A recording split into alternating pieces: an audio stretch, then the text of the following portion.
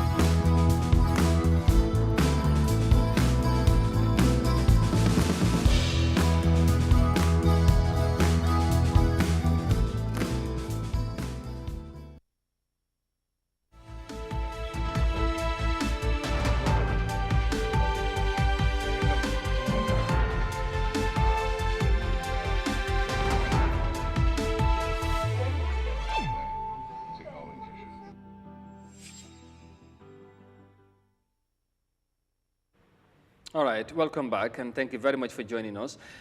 This is Eyeafrica TV, and welcome to the Thursday's edition of the Good Morning Africa program. And the program comes away every week from Monday to Friday, and of course 9 a.m. is the time when we shall be here to provoke discussion on some of the pertinent issues and latest developments and happening in the country. But of course, sometimes we do go beyond borders and boundaries to make sure that you are adequately informed on issues also happening across the African continent and beyond. So ñu dellusiwaat gannaaw break bi jaajëfalaat bu baax li nga xamante ne moom mooy jaawel ñi nga xamante ne ñu gunge ci programme bi mu doon lu am solo waaye tamit ñuy gën a ñaax ñeneen business yi ñëw ànd ak ñun ci programme bi. So wax naa ko léegi li ñu bëgg a waxtaanee incha allah dafa mel ni xal naa sakkan danañ quickly move on into the discussion. Danaa ñëw ci suñ viewers yi nga xamante ne ñu ngi ànd ak ñun comme ni ñu koy defee toujours.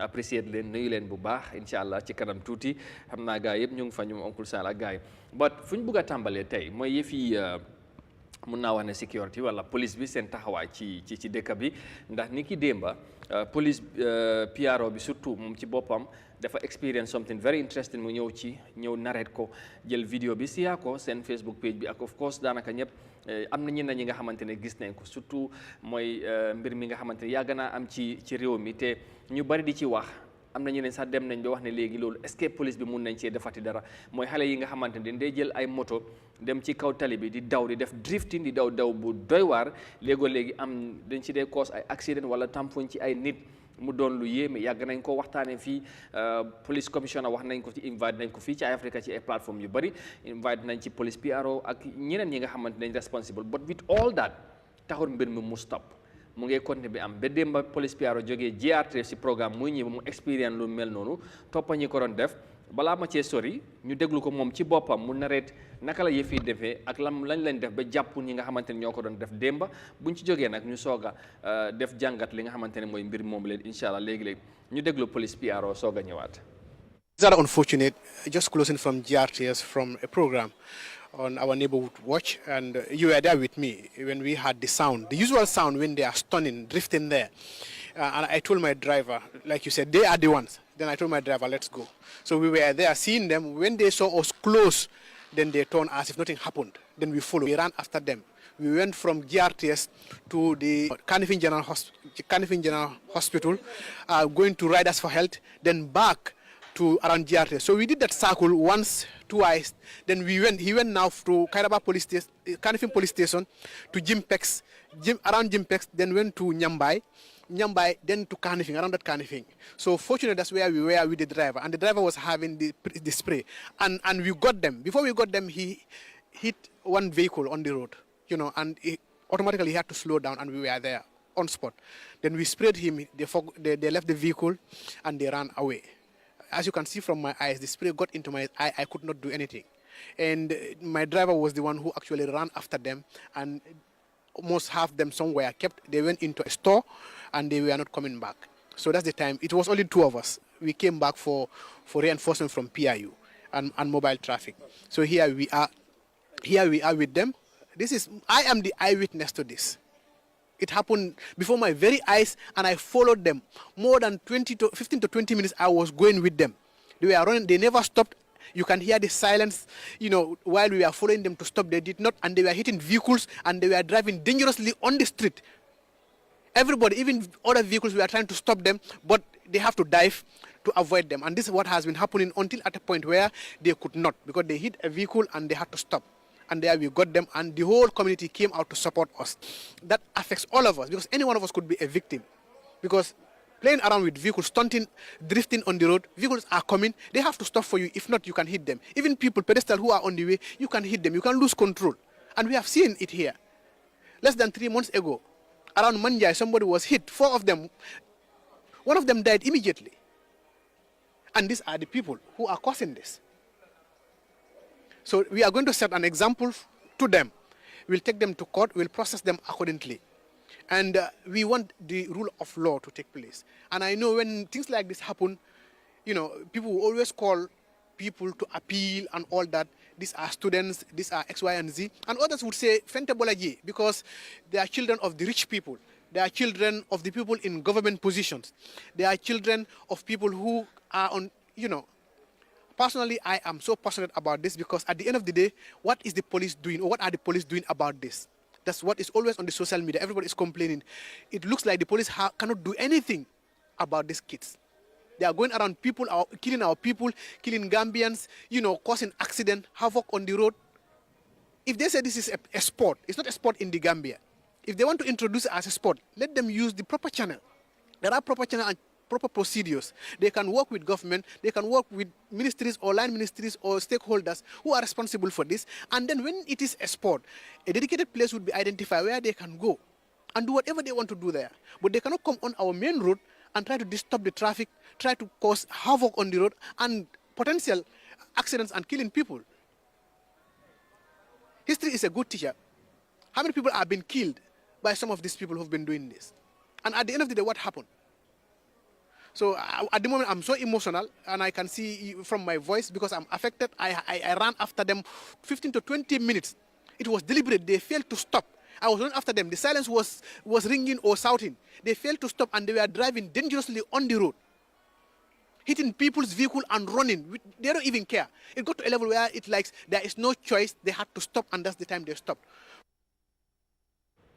So you heard it from the horse's mouth, and of course, as the PRO have just said, experience is the best teacher, and he experienced it himself yesterday, and that is why, probably he feels there's a need to take stricter measures towards what has been widely decried by the public in this country as far as, drifting or whatever you want to call it, whether it's a game or whatever, young people has been engaged on, has been happening. Well, foog naa ne dégg ngeen li ci PRO wax gis ngeen li am ak moom lim naree ci mbir mi so duñ ci sori ma bàyyi Garme quickly parce que moom ci boppam ci ay yoon jot na ci waxtaan foog naa ne ak King Koli mobile commissioner of course ci mbir mi and the PRO himself ci mel ni but PRO daanaka wax na wax ci nee na lii lu yàgg am la te bu amee coow li def dee bari wax ne lii du ci dara di ci génn parce que ñu ko dee def doomi borom alal lañ wala doomi ñi nga xamante ne ñu seen ay ñu nekk ci nguur gi la so waaye feel na ne this time foog ñu jël exemple ci xale yi moom ñi mu toppoon démba ba ñu mujjee leen jàpp first wala moo nekk ci sa reaction bu yëf yi demee ba tollu fi ñoom ñi nga xamante ne ñoo war a enforce law yi di dundalu mel nii waaye tamit di am yenn réaction yi nga xamante ne ñu ngi ko def waaw am force looy wax mooy xëy na di nga gërëm police bi di liggéey bi nga xam ne def nañ ko ba mun a jàpp ko xam ne mu doon cause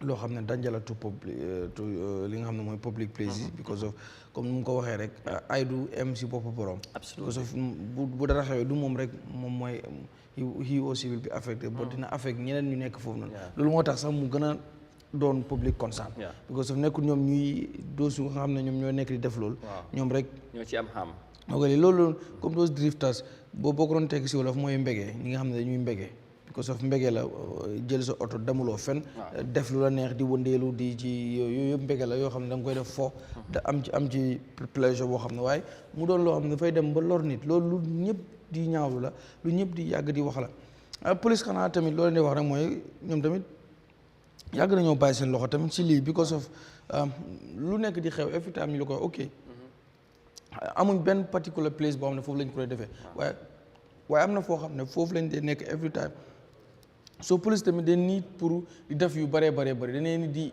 intervene on time ba pare tamit dañ need seen patrol bi xam nga police seen patrol yu ci bëri duñ dee patrol man supportuma dat kind of patrol ñoo def parce que yenn patrol yoo xam ne daanaka boo xoolee police lu ñu gën a mën a aay rek mooy ci drivers yi mbirum laysi nag mbirum këyit mooy ñi nga xam ne ñoo nekk ci trafic ci ak yoon wala sometimes boo soo xoolee lii lu ñu yàgg a wax la ay acte mu ngi fi nit ñi di ko kii nit dee na si nit am na ci gaañu nit yàq na ci oto jàmbur nit yàq na ci alalu jàmbur so yooyu nit ñi di ko complain lu yàgg police yi war nañoo gën a jël strict measure pour gis ne fight nañ mbiru lii because nekkul réew mi yëpp ñoo ko nekk di def drift yi nga xam ne gaa ñu ko ay fiw xale yoo xam ne ñu ñëw ñu jaamloo trafic bi jaamloo ko jaxase ko yes nit ñi waaw ba dara du ci xew dara du ci xew so anytime ñu def ko dina affect askan bi bu si nit deewut trafic bi dina si jaam soxla dina tardé da trafic bu jaam noonu xam nga ndax patient nekkul fa boo xam ne ñu ngi ko war a ros si hospital wala si clinique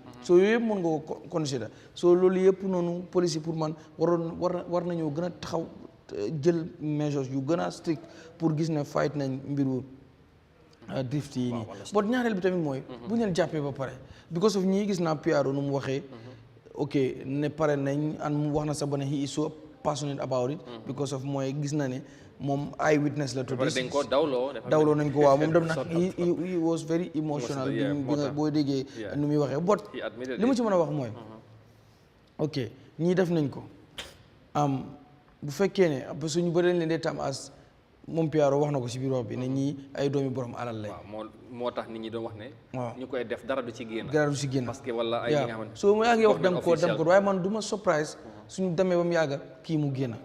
not because of PRO xam nga PRO am na ñu ko jiite. PRO am na ay boss.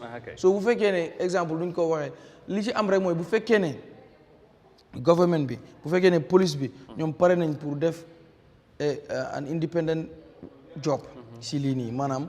work boo xam ne xooluñ ne kii even bu fi nekkee ne kii jarbaatu président bi la comme exemple let them enforce the law te di laata waaw ba fu mu yem lu lépp loi bi sant waaye nag bu fekkee ne exemple comme ni ñu ko wax rek kumba am ndey ak kumba am tey maa ngi lay fàttali first press conference bi nga xam ne IGP def na ko dafa waxoon ne there will be no selective justice ci mbiru police dem na ba moom mu woon fii sa police waaw woon ñu ci bëri comme xam nga loolu bu ko waxee nag dafa assure woon ñu bëri bu ko ok now he's the new IGP wax na ne there will be no selective justice ci police yi duñ xoolee bët yu kii nii bët bu ñu xoolee diw boobu la ñu xoolee ñëpp amul kii moo bokk fii amul bi maanaam police du protect kenn koo xam ne samba boy nga wala da nga def loo xam ne loi bi dafa war a dal sa kaw kon loolu noonu ñoom dañ ko war a jëfe ci lii nii mooy ci dis drifters liñ def baaxut liñ def dafa ñaaw parce que askan wi bëgguñu ko te loi amul benn loi ci réew mi fii boo xam ne dafa permit lu mel nii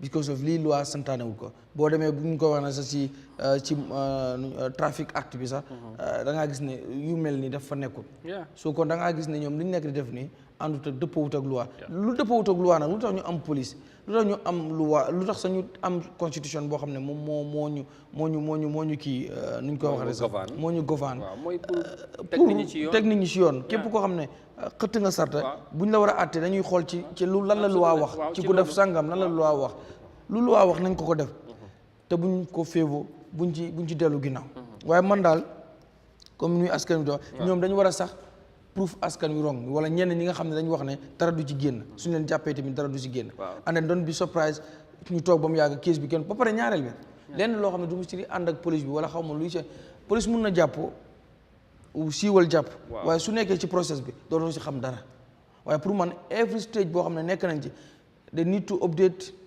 the public pour ñu mën a xam update bu ñoo def noonu not rek because of public bi mën a xam kii sàngam fii la toll wala fi la déedéet waaye dinañ ci mën a learn a lesson dina tax sax dina nekk sax ay warning si ñeneen ñoo xam ne xëy na ñu ngi ci loolu noonu su ko defee ñu tiit ne gis nga kii fu mujjee man tamit su ma defee lii mun naa mujjee foofu waaye bu fekkee ne xamuñ ci dara ñooñu mun naa am sax police yi bàyyiwuñ leen de mun naa am ba tey sax ñu ngi leen jàpp waaye da ngay gis ñu ne déggatuñ ci dara soo demee sax bàyyi nañ ko mu dem communication bi amul waaw su ko defee man pour man soo jàppee nit ba siiwal ko ba ñëpp xam ne jàpp nañ ko fépp foo toll ak moom bu fekkee da nga ko diteen war ngaa génnaat ne kii de ñu ngi ko diteen ci lii ak lii lañ nekk bu fekkee mi ngi koot lu ci mënti xew rek nga update public bi pour ñu mën a xam waaye su demee ba mu yàgg tekk-tekkaral gi xamuñ ci dégguñ ci dara bu yàggee dafay mel ni dañ leen bàyyi te xamuñ ko wala dañ leen yooyu yëpp parce que nit ñi tamit am nañ xam nga lu ma la ko wax ku nekk ak sa opinion ku nekk ak ni ngay xalaatee nit ki mënuloo koo tere mu xalaat amul kenn ku mën a tere nit mu xalaat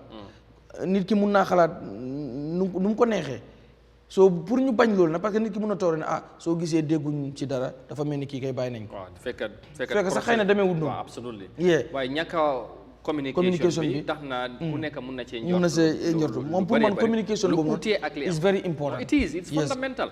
moo tax gisuloo bi ñu ko jàppee update nañ ñëpp xam nañ ne jàpp nañ ko parce que moom mu ngi wax ne sax lu cee topp tamit mu ngi wax ne di public ñëwoon nañ wane seen support si ñoom because of they were happy si loolu nag because loolu mu lay wax ne kon kenn bëggul li nekk di xew waaye comme yow update nga nit ñi ne jàpp ngeen leen te update nga nit ñi ne di nga leen yóbbu kool te duñ leen di ngeen ko topp ba mu sa soo leen demee ba procès ba mbir mi nekk court war ngeen ëpp di waxtaan ne ñi ñu jàppoon kat ci wàllu drift yi ñu ngi court lii leen charge waaw lii leen charge ak nangam ak nangam lu si mën tax bu kees bi demee tamit ba jeex nga ñëwaat gis ñëwaat joxe waat man baa pour man am na solo lii lu ñaaw la waaye buñ ci am ku ma mu am ndey ak ku ma mu amul ndey ak kii fu mu mënti jógee moo xam kii dafa néew doole maanaam background am dafa amul doole ci wàllum koppar wala bokk jógeewul foo xam ne seen waajur yi dañ yor seen loxo dafa jot seen ginnaaw bu mu tax kooku nga yen ko loo xam ne dafa diis keneen ki nga xam ne loxoom dafa jógee ci ay waajuram loxoom dafa jot seen ginnaaw nga koy féebo lépp lu loi wax ak ku mënti doon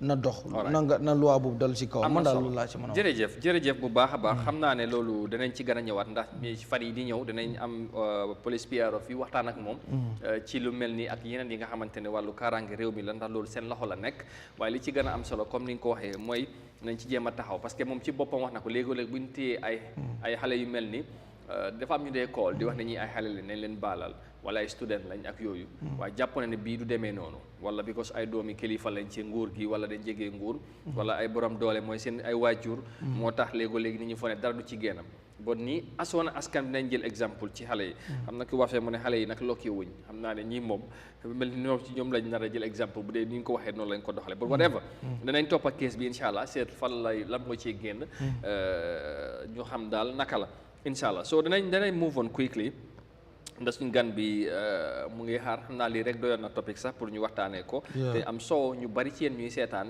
gis naa ñu oncle Sall ñu ngi cee comment ak ñeneen jàpp ne moom yàggoon na cee wax sax nañ ci def yeneen ak yeneen pour ñu régler situation bi but anyway danaa ñëw ci ñoom ci kanam quickly ñu move on ci affaire li nga xamante ne mooy police shooting case bi boobu tamit leneen la ci réew mi eventually xaw ma ndax dafa surprise ñu bëri wala am na ñi nga xamante ni ñu gisoon nañ ko mu ñëw case bi yàgg na lool garbe ñu bëri dem nañ bi daanaka xal nañ ko fàtte wala amatuñ ci yaakaar eventually ñu gis lawyer Ousseynou Bojang dugal li nga xamante ne mooy file appeal ci mbir mi ba tey code bi order ñetti ci kilifa yi nga xamante ne daanaka fesoon nañ ci mbir mi mooy government spokesperson of course ak Mr Jeng security advisor and the deputy IG ñu war a teew ci case bi bi nga déggee xibaar bi wala nga gis ko bett na la waaw man bettun ma de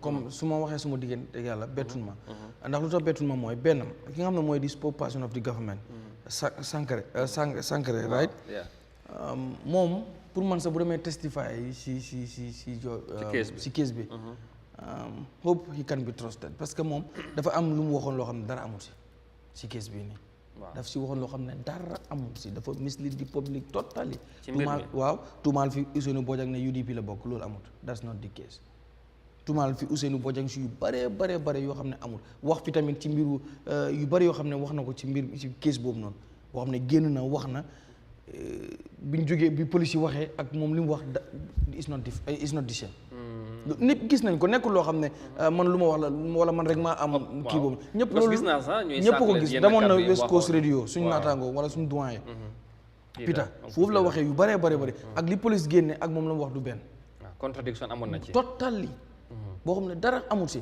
ba ñu bari sax tàmbale loolu sax bokk na si moom lu tax sax mën naa wax na si lu ko seen comme dafa mel ne am na ñoo xam ne dafa nekk dafa lëlu wala dafa dugg xalwa because of loolu because of tey dem na ba crédibilité am daf ko ñàkk ci penc mi bu waxee léegi dañ naan Sankare moo wax nii rek am telling you because of dafa jël feed information boo xam ne to the public boo xam ne dara amul si because of boobu xëy na am na parti boo xam ne bëggoon na leen a paint boo xam ne pour nit ñi gis ne parti boobu noonu du parti bu baax moom dafa mel ni dafa gaaw a politicize mbir mi wax loo xam ne amul accuse ci Ousseynou Bojang dafa bokk UDP ñëwoon na sax ci démonstration bu doon am non sorry ci court case bu Brikama Area Council seen chairman bi ñu doon dem moom bokkoon na ñu fa nekkoon bu dem na ba wax ne liggéey na sax fi nga xam ne mooy Brikama Area Council and then loolu yëpp amul si ñu weddi loolu yëpp amul moom amul sax benn proof bu wane loolu ñu jógee waat foofu moom bokk ci tuumaal ne Ousseynou man pour lu ma wax case bi Ousseynou nekkut ne moo rey de waxuma ne amul dama ne tuumaal la tuuma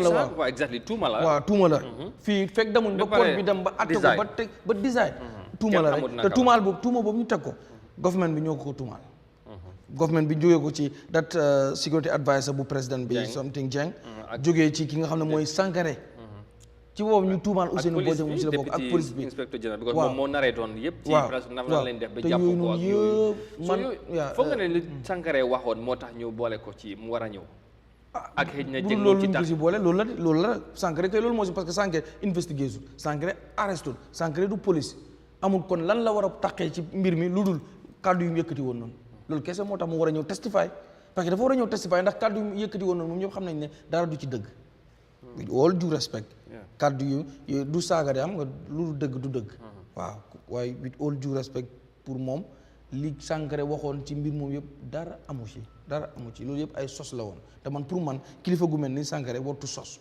parce que dafa sosal Ousseynou waxuma Ousseynou dafa xaw ma nu ma ko wax sax dafa innocent de waxuma dafa guilty waxuma dafa innocent loolu code bi moo ko design man loolu sama yoon nekkul si li ma wax mooy ma ne waaw li man waxuma sax si case biir case bi li ma wax mooy li nga xam ne fak la feeñ na gis nañ ko waaw and then it is tangible mooy te loolu mën nañ cee comment bañ a mën a comment mooy Sankharé dafa waxoon tuumaal li mu wax noonu amu si tuuma bi mooy daf ne woon Ousseynou Bojang UDP la bokk and then loolu amut daf ne woon Ousseynou Bojang liggéey na fi nga xam ne mooy Brikama Area Council loolu amut mu waxaat ne Ousseynou Bojang ànd naag chairman Yankuba Dabo ci bi mu doon dem ci code bi Banjul foofu noonu loolu amut loolu yëpp weddi nañ ko te amut kon loolu noonu Sankharé bu ñu ko wooloo pour mu dem baax beneen bi tamit mooy décision bi jooj bi ñu jël is commendable yes parce que lu tax mooy justice Ibrahima Jammeh mu ngi wane ne justice waru fee nekkal ma Samba waru fee nekkal ma Demba Ousseynou dafa am àq ak yelleef moom lañ tuumaal te ba tey jii nii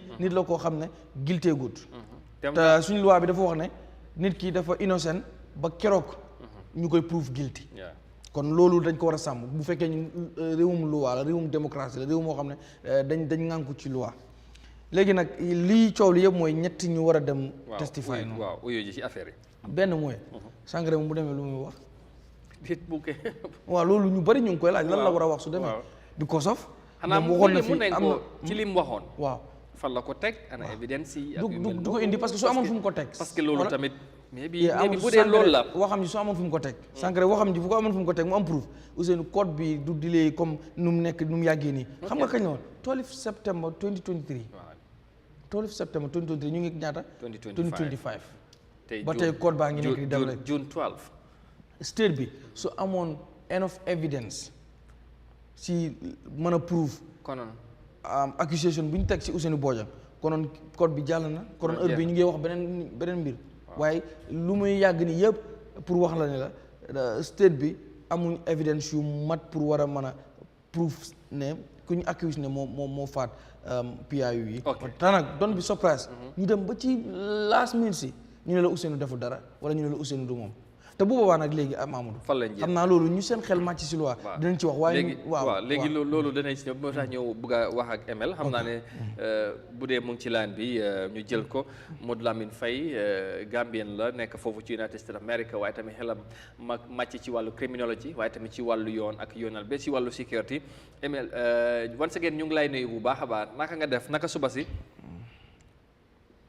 jërëjëf Mr. Kante Eid Mubarak jërëjëf Jammeh he is one of the good ones nga naka journalist moom da nga mun sa liggéey and I would say that he is one of the good ones maa ngi laa nuyu waay jërëjëf waaw suma waa ji ndaanaan la gar mi thank you very much ci mbir mi moom liggéey moom macha allah yes ML of course ñu ngi laa wi yow tamit di la wis Eid Mubarak di appreciate say contribution always ci programme bi well comme ni ma ko laajtee suma waa ji léegi xam naa ne foofu laa tàmbalee ak yow but more interestingly yow you have been following this case very closely and keenly ci li nga xamante ne mooy Ousseynou Bojang case bi against the state on the alleged killing of the police officers si shooting bu fi amoon fii ci réew mi well all of a sudden in a dramatic move gis neen li am ba ñu mujjee code bi mujjee order the appearance of the government spokesperson and of course two security officials bokk na ci the deputy IGP and the security advisor to the president Mr. Jang bi nga gisee xibaar bi how do you feel about this aw ndax surprise na la or you saw this coming? Well, I saw it coming because KSB is an insult to our criminal justice and to our law enforcement community. because lu doon wax lii mooy ne ñoo xam ne ni ñun leen yaakaar pour ñu def liggéey bu mucc pour wan nit ñi ne justice bi xamul ne yow ku ma mu am ndey nga ak ku ma mu amul ndey nga ñoo nekk di ñëw di deceive the public which is against the law. So I saw this coming because we have a tendency in the Gambia ñoom duñ dee xalaat ko sori ñoom the first thing so xoolee the government léegi gars yi ñëpp ne tuuti sax parce que xam nañ ne dëkkaat dañ si 1900 mbaxal rek di xëy suba lekk cere ba suur su issue happening nañ wax gars yi lii rek gars yi nañu gëm waaye di ngeen xool safara bi ne su taalee fii online mujjee so li mooy si problem. So I'm not surprised at all because Ousainou Bojang lawyer bi is a good lawyer. The pare ñun case bi di bu commencé di bu gars yi commencé we gave them 2 weeks ñu ne release leen Ousainou Bojang because he is definitely not the man. Am nga léegi-léegi so arresté nit di nga ne there is a higher probability ne kii moo ko def waaye being a law enforcement expert and the way they conducted the investigation naka la gars yi rosé investigation bi de pare kii nii balaa investigation bi commencé ay tuumal di joxe ay critical information yoo xam ne ni loolu align with the way investigation works. So si laa xam ne ñii they are doomed. As Deputy IGP, they insult the intelligence of the Gambian people to run through the cell phone towers. Sila guy kan mo neka sutabi. So danga gis ne mo la won ñoo nekk ci suñ karangi réew mi ñoo xam ne ñu ne ñoo leen yaakaar pour ñu aar ñu daal Mr. Kante daal ñun the country is sinking definitely. All right. Well, gis nañ Garme mu ngi wax léegi ak ñeneen ñu ngi ko waxee involvement xëj na the government spokesperson kaddu yi bu waxoon ci mbir mi and of course yaa ngi wax léegi deputy IG tamit buñ feesee Gambian ci luñ ci wax and of course the security advice ñoom yëpp amoon na liñ ci wax waaye ñoom seen teewaay ci pour ñu appear ci case bi ban importance la war a am ci case bi nga xamante ne mu ngi dem right now. It's really important because I can tell you right now they're going to try whatever they can to make sure the spokesperson renew, which is against the law, by the way. Again, this will show the synchronous justice with Nko Foyanto, nothing go value because ñoom dañ bëgg ni value comme Mr. or Honorable Ahmad Baluwa recently. I like that speech of his. Right now we need to start working towards the future of the country. They start holding people accountable and stuff like that. I like that part. So it's very important because I can tell you right now, I'm not more than a gotcha because Sufisi lawyer questions you go like statements in your head. Like I said, under investigations. Yeah, that will contradict the whole process pretty much. No for them, and come Mr. Governor Wahire, that will tell a politicized affair. The Paranganyo see them, like I said, the Deputy Inspector General of Police, the way evidence was gathered. Understand? Because it's there, it's on record. No way in the Mola guy gathered evidence and all that stuff. It's a mess. So it's really important for Gaino, and it would be against the law for Gai Nyakaino because court ballot someone. They have a tendency again court ballot someone high official senior Nila Waramabizi. That's against the law. So in India, we have other means of communicating. Zoom, they can do it through Zoom, asking questions through Zoom. So we will see that. I will see that. Mr. Jade, he respects the law of the land. Because he showed up, is contempt of court, and therefore he should be held accountable.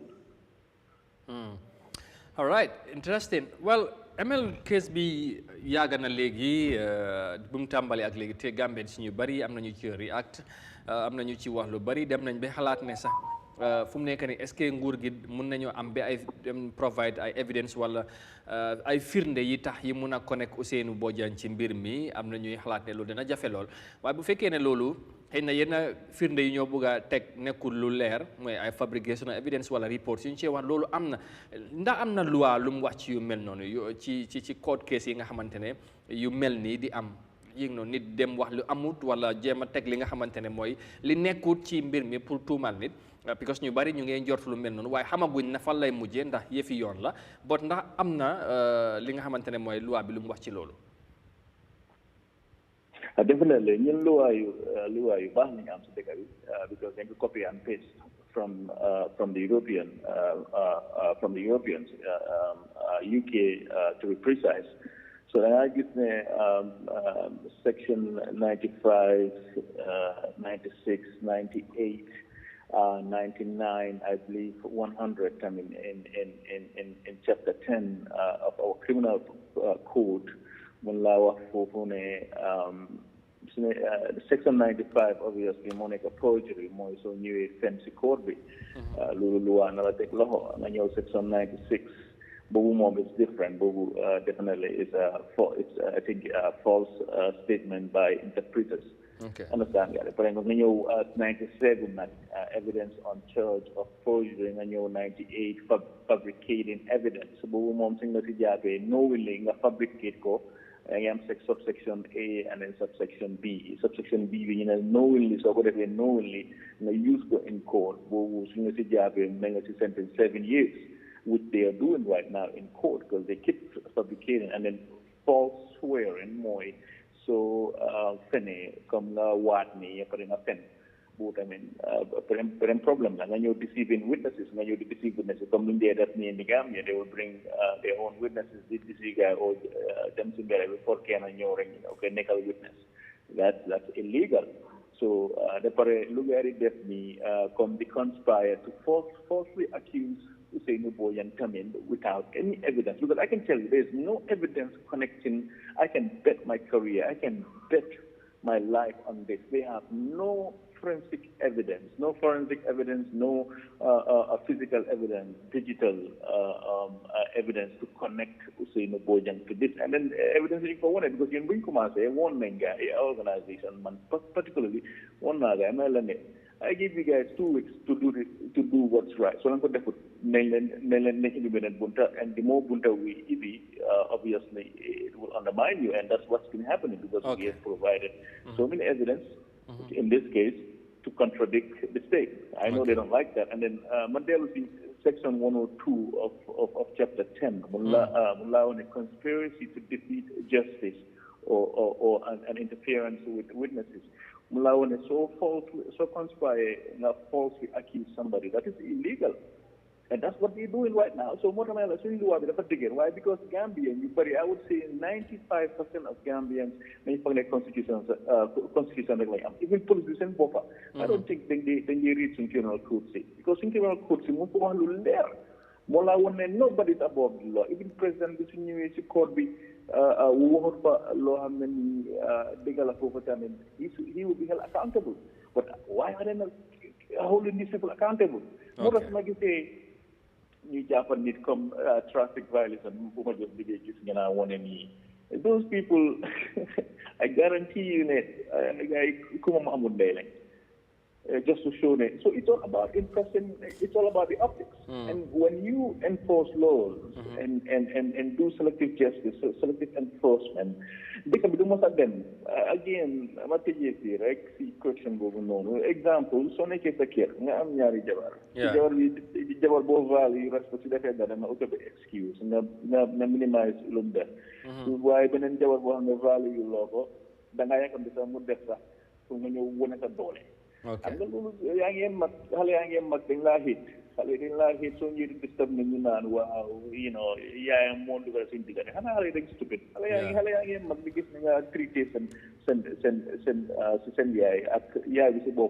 And not only that, it's a security threat to your own family.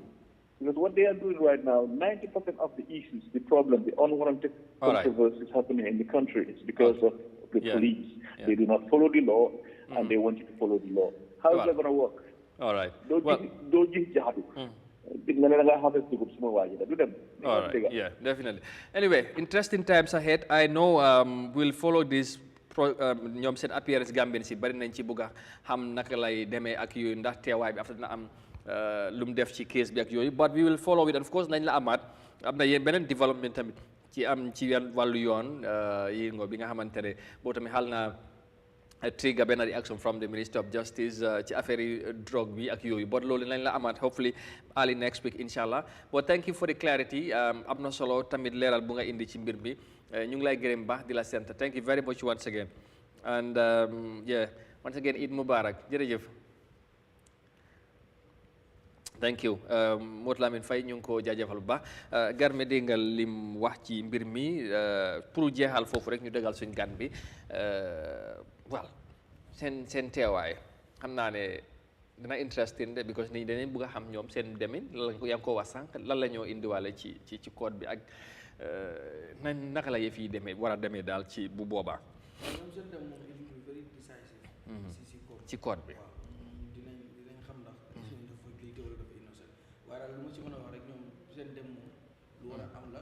te tamit lu ñu war a waaw waaw exactly loolu moo tax ñu gars yi ñaa nga ceg loolu parce que waaw so comme nu mu la ko waxee rek ñoom seen dem si code bi si attekaay bi it will be very decisive ndax ñoom ñoo tuumaal xam nga state bi moo tuumaal te lii tuumaal la léegi nag boo tuumaalee nit suñ luwaay lu ñu wax comme suñu xel màccatu ci wàllu yoon waaye dina am yoo xam ne basic things yoo xam ne da nga koy xam waaw mooy soo tuumaalee yaa war a teg ci taabal ji proof parce que loolu la ne woon ñu ne once who accuse must proof so léegi bu fekkee yow yaa accuse kay yow yaa mën a indi proof léegi proof yi nga indi nag after code bi mooy determine ndax those proof are enough pour yow li nga bëgg si ki nga accuse because nit koo ne boo ko accusé boo yóbbu ko si code am na loo bëgg si moom léegi nag ndax yow li nga proof di nga indi proof yuy wane ne luy tax yuy convince code bi mu war a wax ne Ousseynou mii kat li ngeen ko tuumaal moo ko def ba ñu war koo mën a yóbbu fu ñu ko yóbbu waaye léegi Amadou ma jeexalee foofu su lii yëpp demee ba ñuy testify ba code bi jeex ñu ne parce que code ñaar rek moo mën a am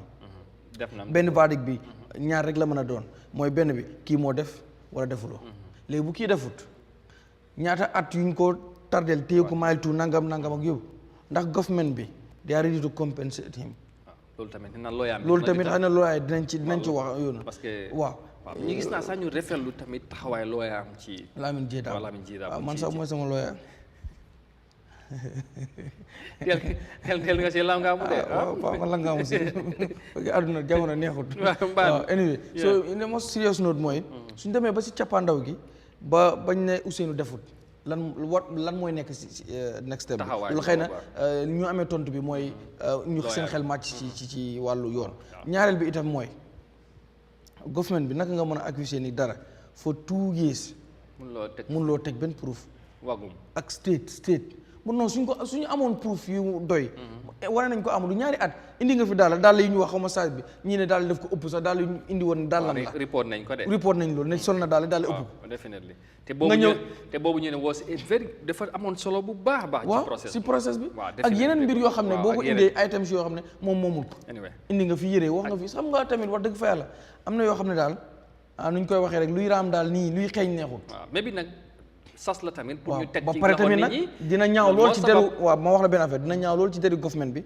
suñ demee ba mënuñoo proof ne Ousseynou moo def lii ba Ousseynou ñu set ko free ne defu dara gàcce la gu rëy ci state parce que bu boobaa lan la ñoo teg ci loxo askan bi moo ma jaaxal li waral te boobaa xëy na Sankharé dina génne defaat nu mu defoon because Sankharé dafa non Sankharé parce que Sankharé lu tax ma koy woo mooy Sankharé nekkul NPP spokesperson government spokesperson la te government spokesperson bi mooy askan bi yow yaay nekk kuy jottali xibaar jëlee ci government bi yóbbu ci askan bi ba pare gis naa government dañu am problème boobu foofu laay tëjee ci problème communication boo xam ne pour ñu wax réalité wala dëgg dañ ci dee am problème benn docteur Ismaïla Cissé mos naa mislead di public ci mbiru back of rice boobu sax sori na toog nañ fi mislead président bi mi ngi noonu président bi ci ak karasi bi waxuloo ko fi li nga xam ne mujjee jéggalu mujjee jéggalu foofu la gaal gi teree kay soo yooyu noonu yëpp what is their problem to be honest mënuloon na xam nga Gambien si xam nga doo si gis nga gone à those days yoo xam ne lu président bi wax rek wala lu ministre si wax rek nit ñi dañ ko dee gëm wala suñ ko gëmul sax ñu xurumtoo ko si biir fii loo fi wax loo xam ne amul nit ñi dinañ def lu ñuy wax fact check fact checking mu ngi fi te buñ ko fact checkee bu ñu la prouvé sa moo tax government lépp lu mu war a wax lu mu war a seet xam nga ñoo ne mistake si man bi waaye pour man dama ne la government wartu make mistake you know why government wartu gërgëre addu ci dara noonu rek wala wax si dara dina noonu government lépp lu mu war a wax war na koo saytu fi mu war a jaar yëpp mu jaar fa ba gis ne teg na lu leer mu doog ko génne waaye boo xam ne wax nga rek nit ñi di laam-laamee sa kàddu loolu tamit dina dem ba mu yàgg soo waxee dëgg sax askan wi pour ñu gëm ko problème loolu am na solo su ko defee ñu gërëm la bu baax ci jàngat bi ak noonu Modou Lamine di ko gërëmaat bu baax a baax anam so we will have him again insha allah pour ñu gën a leeral mbir mi dinañ jël another short commercial break dugal suñu guest bi ñu soog a na wax ci yeneen yi nga xamante ne mu ngi xew ci réew mi laalaale ci politique bi ak yooyu incha allah but bu leen sori dinañ ñëwaat léegi incha allah dalal suñu gan bi stick around, will be right back immediately after this.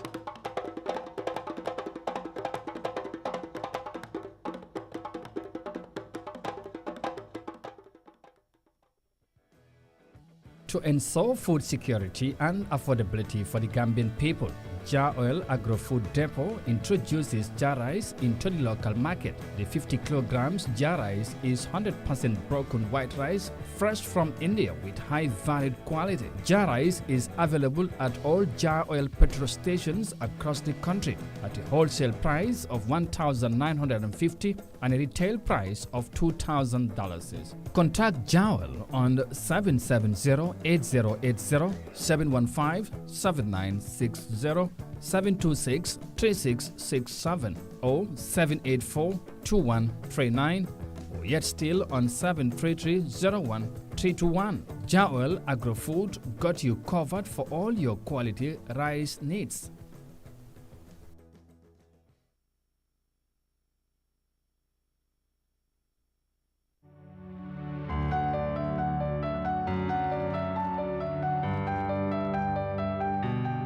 asalaamaaleykum wa rahmatullah ñu ngi leen di nuyu fii di leen ziyaar si Eyeafrica TV.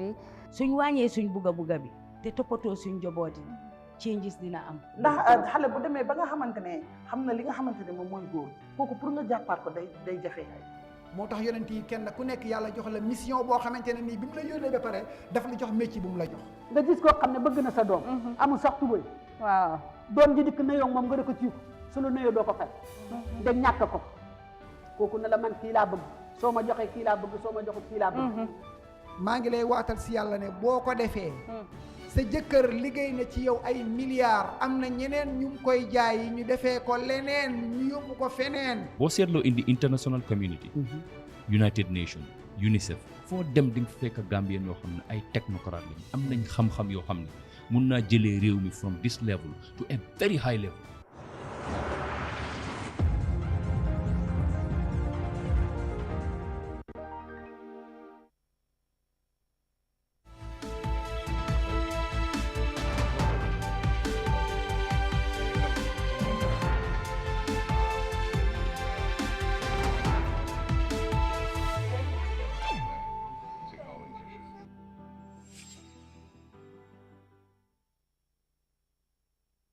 Very much for joining us. This is Eyeafrica TV and you are watching the Thursday's edition of the Good Morning Africa program, a program that comes away, as I mentioned at the beginning, every week we are here, inshallah, to discuss, developments and happenings in the country. And of course, if the need arises also, we go beyond borders and boundaries to make sure that you are adequately and rightfully informed on issues that also happen across the African continent and beyond. And remember, that's why we are called a Pan-African TV channel, Eyeafrica TV. All right. Talking about international news, as Uncle Sal have just indicated, the comment section, Air India, bound for London, crashed today. 132 passengers, 12 crew dead, unfortunately. Yeah, Uncle Sal lolu mom doy na war. It's a very sad story. And plane mom fum dano mom, no benen affaire la. And our condolences to all the families and relatives who lost their close ones in that unfortunate incident that happened today, as you have just mentioned. I'm just seeing that in your comment section. We will follow that story immediately after to relay it further to the public, inshallah. Di nuyu ñoom jaam ñoom ak ñeneen ñi nga xamante ne ñu ngi comment ci lu ñuy waxtaanee nii am na solo. Of course ñun yëpp Alaaji Banta si soxla nañ follow case bi daal seet fan lay mujj léegi danañ continuer waxtaan bi dalal suñ gan bi ci programme bi yegsi na ba pare mu jege ko Gambia Democratic Congress GDC of course Mr Modou Balde moom lañ fi dalal nekk head of election and of course on logistics also of the party moom lañ fi dalal ñu war a waxtaan ak moom ci taxawaay parti bi yenn yi nga xamante ne ñu ngi koo dégg ci parti bi bu yàggul seen parti leader bi honorable Mama Kandeh génn na di wedde rumo yi nga xamante ne ñu ngi wax ne ñu ngi waaj a form alliance ak MPP weddi na ko dinañ ci bëgg a waxtaan ak moom xëy na la moo tax Kandeh weddi loolu waaye donte ne mu ne ubbeeku na pour waxtaan ak ku munta doon bu ko président Barrow ooyee tamit mun naa dem ak yu mel noonu ba tamit moom mu ngi waxtaan ak ñeneen noonu ñeneen tamit ñu ngi waxtaan ak ñoom su ko defee loolu dinañ ci wax waaye tamit dinañ ci profité tamit waxtaanee réew mi fu mu toll ak yenn xew-xew yi tamit ñoom naka lañ ko gisee en tant que parti te moom ci executive bi la bokk Mr Balde thank you very much ñu jaajëfal la bu baax for the first time di la dalal ci programme bi ñu bàyyi la nga nuyoo ak Gambien si ñu lay seetaan fii ci réew mi ak surtout ci diaspora bi. tur bi Amadou.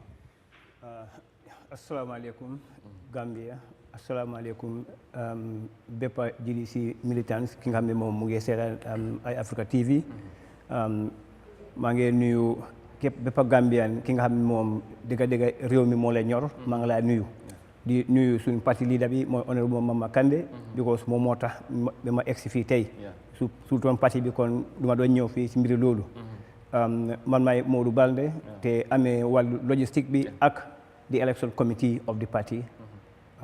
All right jërëjëf am na solo tey nga teew fii ci turu GDC ñu war a waxtaanee lu bari ci réew mi yaa ngi wax nga nuyu ñu bëgg a réew mi en tant que ku bokk ci parti GDC ngeen nekk opposition ndax ngeen gisee réew mi right now Gambia fu mu toll balaa ñëw soobu ci wàllu politique bi.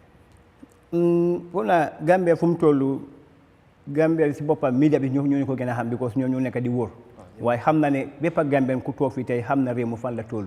ci wàllu doxalin si wàllu doxalin bi si wàllu dellu gannaaw bi boobu xam nañ ko. at party level laa bëgg a wax. non at party level ñun mi xam ne lu Gambien si jànkuwante xam nañ ko kon ñun tamit loolu la ñu jànkuwante. comme lan mooy wàllu dund bi nu mu seeree. wàllu wér-gu-yaram bi nu mu delloo gannaaw. loolu yëpp xam nañ ko because ñun tamit am nañ famille ñu ngi dem si lopitaan bi xam ne am na lu ñoo jànkuwante foofu kon marché bi bu seeree seeralu kenn. because marché bi xamut Balde xamut Umar. marché bi lu mu xam rek mooy ne kii dem si marché pour jëfandikoo foofu am fa lu fa jënd yóbbu ko si famille bi. waaw kon lu xew si réew mi moom ñëpp xam nañ ko. waaw. ñëpp yem nañ ko ba yéen si seen taxawaay naa ngeen gisee nguur noonu la ci nekk tax parce que mën ngaa gis ne dafa métti ba ñu nekk ci nguur jàpp ne méttiwaay bi du Gambie kese te ñoom ñu ngi cee def lu war pour gis ne Gambien si coono buñ nekk ñu jëlee leen si te jàpp nga ne ñu ngi ci tànk yooyu wala doxalin boobu ñu ngi ci. am naa yaakaar ne war nañoo jël beneen jéego bu ëpp buñ jël ci su boobaa xëy na mun nañoo saafaral. because boo cekkee suñu diggante ak Sénégal sorowante wuñ ñoom saakumaal foofu la gën a yombee daan fii. waaw kon ñoom fan leen ko jëlee ba mu yomba daan ñun kon that mean mun nañoo jàngee si ñooñu xam ñoom fan leen ko jëlee ñoom tam ñu jël jéego boobu pour jëlee ko foofu ndax ñu mun a wàcc. pour naa taxawaay boobu bu ñu ko jëloon tamit mun naa wàññi jafe-jafe dama dund bi. boo déggee coow li bi yëpp mooy ne dund bi moo seer su seerutoon kon coow li du bari. wér-gu-yaram bi tamit bu fekkee ne jafewutoon kon da nga gis ne loolu yëpp coow li du bari Gambien daal fekkee ne am na yooyu rek problème si dina wàññeeku. te fooguloo ne nguur gi ñu ngi cee def lu war pour gis loolu mu am. fekkee ñu ngi ko def tamit kon Gambien si noppi wuñ kon fekkoon dat mi ne kon buñ ko def tamit feeñut. waaw fekkee ne luñ doon def feeñ na kon da nga gis ne coow li dina wàññeeku kon dat mi ne lu ñoo def ba tey reflectus si Gambien si. waaw su respectoon rek konoon noppi dina doon am. ku feebar mu jàmbat feebaram bi lépp nga jox ko garab mu naan mu wér kon du jàmbat waay foofu dina noppi. kon at GDC label gis naa ne fi dund bi def leen jiiteel bu baax jàpp nga ne loolu priorité la te nguur daf ci war a taxaw pour régler loolu.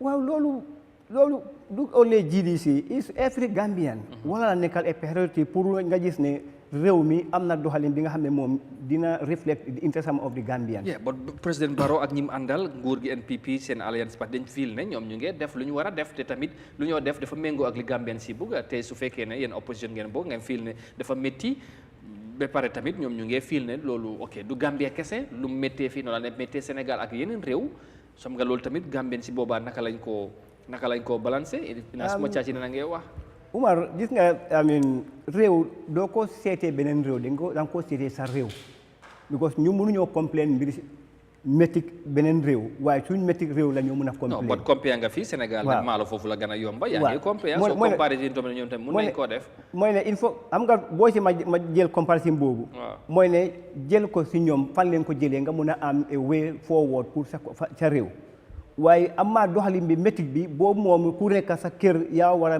am taxaw nga gis ne sa responsibility matal nga ko because fekkee ne beneen kër añut waaye loolu tax yow la tiré yow pour yaa nga jóg nga dem ut pour sa kër ñu mën a añ waaye pour ne métti na is a global problème loolu lu war a tax yow nga toog il faut nga jël jéego yi nga xam ne moom dina mën a saafaral problème si fekkee ne mënuloo ko jeexal yëpp sax waaye il faut am jéego yi nga jël pour gis ne problème si wàññeeku nañ. foog nga ne nguur gi mun nañoo régler problème boobu ba wàññeeku ba mu jógee fi. ci ni nga gisee ñuy doxalee.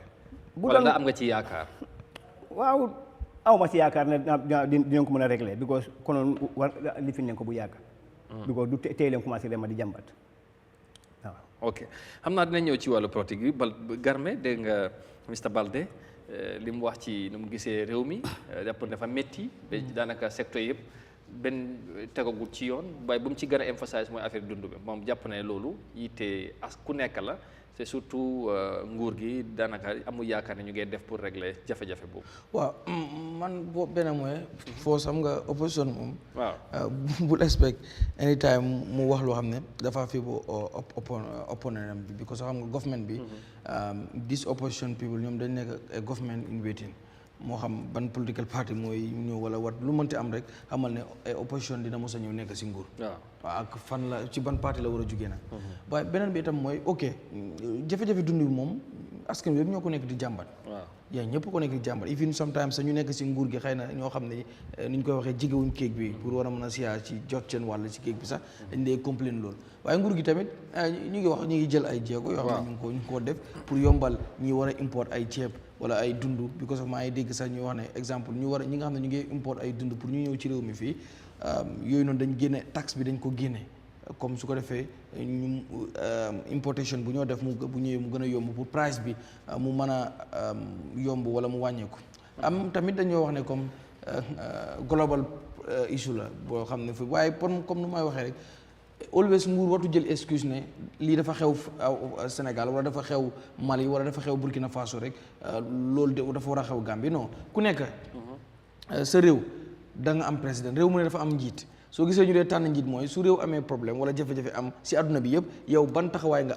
jël pour sa réew moom noonu nga indi saafara ci problème bi comme bul jël excuse ne problème boo xam ne fépp la yàgg beneen bi tam nguur gi mu ngi def ay jéego that's true waaye problème bi itam mooy nit ki sooy def jéego boo xam ne exemple xam nga comme yàgg naa la ko wax président bi dafa am foo xam ne dafa am jafe-jafe mooy fu mu amee jafe-jafe mooy Amadou okay, building roads is very important parce que transportation is very important. That's very true. Waaye bul concentrate rek def ko yow sa dafa mel ni yow sa jubluwaay rek. si tabax waaw mu nekk sa priority. mu doon sa yitte bu gën a kawe moom wax na ko. waaw moom kay loolu la. nga bàyyi fi dund gi mu seet jéemaloo si indi benn mesure lu waay neex def ok ñu ne liberal market la that's understandable waaye tamit faaw government mu indi ay contrôle wala jël ay mesures. parce que boo defee waxee liberal market la rek comme waruñoo indi contrôle boo xam ne wala tere kenn ne waruloo jaayee li war a jox ok that's fine waaye léegi sa askan wi bi nga xam ne ñoo ëpp jaaykat yi sa askan wi moo ëpp ñuy import ñoom bu ñu nekkee di complain ne ñoom dañu xiif bu ñu nekkee di complain ne ñoom bagage yi dafa cher léegi yow as a government looy def lan nga war a def soo nekkul rek loolu moo tax président bi dafa war a concentrer tamit ci mbiru dund gi mën naa la wax ne la ci wàllu infrastructure mu ngi ciy bay waaram waaye ci wàllu dund gi pour gis ne wàññi parce que boo xoolee opposition bi yëpp foofu lañ ko rekar réew mi métti na dund gi cher na loolu rek te itam doo leen ko mën a weddil ndax damal ci marché bi tey lépp a cher lépp a yokk amul lu seerul te da ngay dem ci marché bi tey nga jëndee dara exemple $10 nga delluwaat fa 1 week later ñu jaayee la ko $15 sometimes da ngay dem ba ne sax ñii dañ soxor waaye CFA bi mu ngi yéeg kenn xamul dalasi bi mu ngi daanu against the foreign mu ngi daanu foreign currency yi mu ngi yéeg suñu dalasi bi mu ngi gën di daanu lan la government bi di xoolee lan la war a def lan mooy rôle government Amadou Kandeh but lan mooy rôle opposition tamit ci mel waaw foofu maa ngi bëgg a ñëw si waaw ok mooy lu ñoo def nii opposition amul beneen rôle bu dul hold the government accountable but in a honest way waxuma rek comme picc mi saw na rek ñu ne government bi la non waxuma loolu waaye ñu hold the government accountable maanaam bu ñu gisee ne government bi lu mu def nii du noonu te ñoom jàpp nañ ne am nañ policy boo xam ne gis nañ ne lii la government bi waroon def ñu génne ne government bi mu ngi doxal noo xam ne waaye bu nañ criticize and provide solution bul wax ne su ma ñëwul rek du ma indi solution. parce que day government in waiting. waaw very good so bu fekkee ne exemple gis nga ne government bi dafa war a am lu mu def pour dund bi wàññeeku mën nga ko criticize ne lu mu def nii dafa fail step bi mu jël nii moo tax dund gi seer waaye nag na def bu defee A B and C dund gi dina wàññeeku criticize and give solution noonu la wala nga propose a solution waaye government bi tamit bu mu xoolee opposition bi noonu ba lu mu ko wax rek mu jàppee ne daf koo xeex wala dafa bëgg fu mu toog déedéet waruloo ko gisee noonu am na yow doo nit nga su la nit waxee dara xam nga lu yenu maanaa xam nga lu yenuwul maanaa yee sometimes opposition bi nag mbirum la ci rek ñu ne government bi te duñ la indil benn solution waaye nag liñ dee wax lu ñoo wax comme sometimes ne lan la opposition bi war a def opposition boo xoolee boo demee Nigeria am na opposition yoo xam ne ñooy def li opposition bi fayuñ leen suñ xaalis di fayuñ leen de ak fu ñu mënti lobee am xaalis ak whatever ñoo xam waaye ñun fayuñ leen loolu seen taxawaay bi mooy let them hold the government accountable but in a honest way waaye itam let them bring solution wala ñu propose solution to the government léeg-léeg sax waaye noonu léeg-léeg opposition bi di dem si government bi di leen bind lettre di wax ak ñoom di leen jox seen proposal ne leen lii laa foog ne ci secteur bii soo defee A B and C dina dox secteur nangam soo defee nangam ak nangam dina dox ñu bañ a yem rek ñoom ci press release ci press conference ci ay audio fii rek ngay gis opposition yi seen audio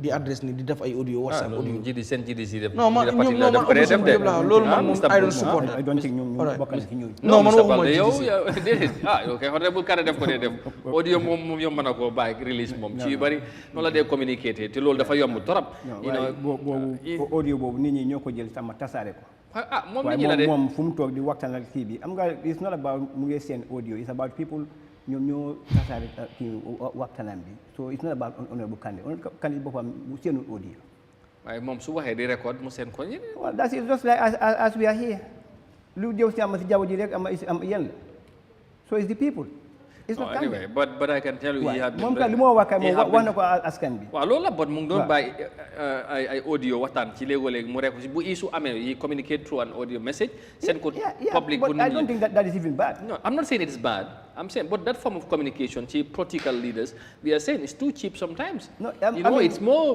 lifil ngeen talk or a press conference wala come out to the media and communicate but that's not an issue moo be ñu move on léegi pour ñu ñëw ci balaa ñu dugg ci fi politique bi Garmi mu ngi ko wax léegi opposition sometimes da doo leen criticize kese da ngeen di war a offer solutions pour xam ne bu doon yéen la nii ngeen koy doxale léegi jafe-jafe dundun bii nii yëpp tey bi nga nekk di wax di ko jàmbat Gambien si di ko jàmbat let's assume GDC government ñëw in power naka ngeen di def ba régler loolu waaw foog naa loolu Kandeh wax na ko several times waaw léegi waa fàttali ñu ko mooy ne gis nga mbéy mi from time immemorial the same system moo dem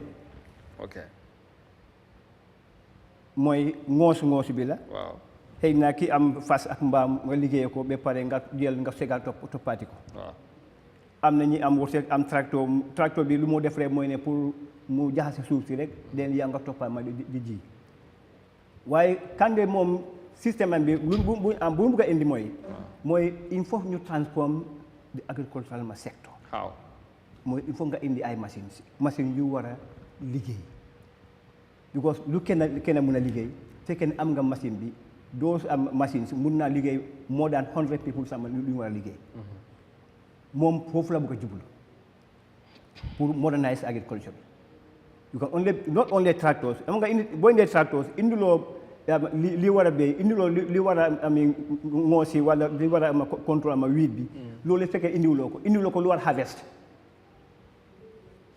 ba tey des na waaw so Kandeh bu toogee in government agricultural sector bi ma ne ñu yàgg na di ko wax even you dina la jaral pour nga dem back home nga am loo faa def because moo laa ëppal njëriñ waaw loolu am na ko in place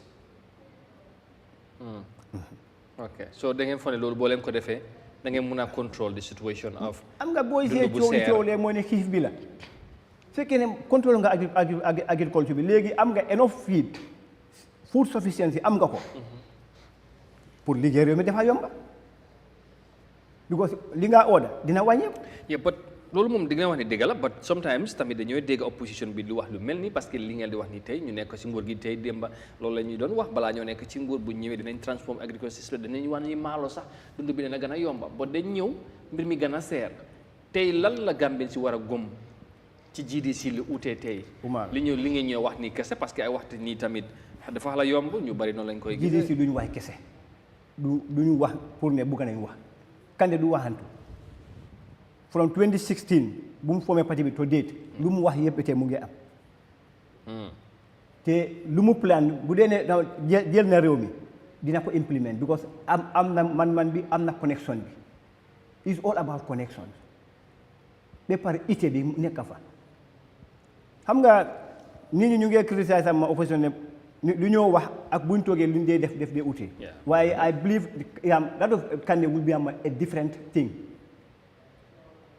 waaw because xam nga nit ki moom danga góom réew mi góom sa boppa góom sa juddite réew gis ne it is only you yow yaa mun a taxaw pour gis ne sa réew dem na kanam te nga ko jëfee balaa nga nekk sama si opposition kooku boo ko joxee opportunité mun naa def lu bari comme lan Kande yaa nga def da am lu bari am si réew mi fii lu bari fekk amutul interest ama lifin sax pour politique sax so il faut nga gestu nit ki am gis nga all the people ñi nga xam ne moom ñu ngi si political arena bi suñ lañu wéyee go back to records lan lañ def balaa ñoo nekk in opposition o lan lañ def balaa ñoo nekk in politics kon naa booy rate tamit Kande yaa ngi ko mooy am the highest rate so far in this country wax ma feneen de waaye si Gambia fii waaw kon leadership il faut nga am ku bugg a réew mi te bugg a koo ceeñ ina anam bi nga xam ne moom dina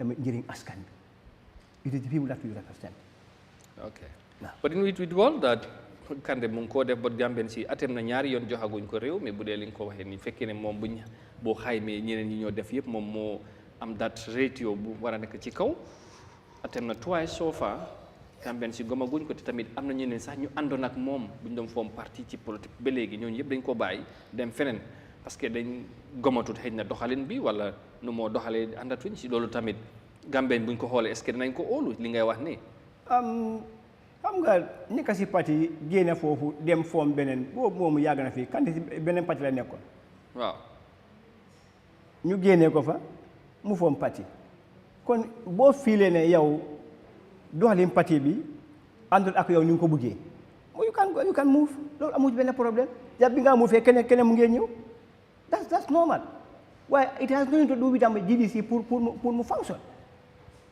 amu ci benn problème ba pare képp koo xam ne tamit génn nga ñu ngi laa ñaanal mus ñu am kenn problème ci loolu because we feel ne it's your desire pour move out waaye kenn du am a genuine reason ne lii moo tax ma move non mooy doxalin bu bon non mooy doxalin bu bon doxalin bu bon amul kenn ku ñëw mën a lifin loolu pare lii la waaw moom mu ne non dafa am lu mu bëgg gis nga ko doxalin bu bon si parti bi because Kande du decide moom bopp moom kese am na lu ñoo wax de non Kande du decide moom kese non parce que gars yi ñu ne 2016 to date my dear brother I'm in the executive we formed the party together okay Kande whatever he does si parti bi if dafa get the consent of the executive.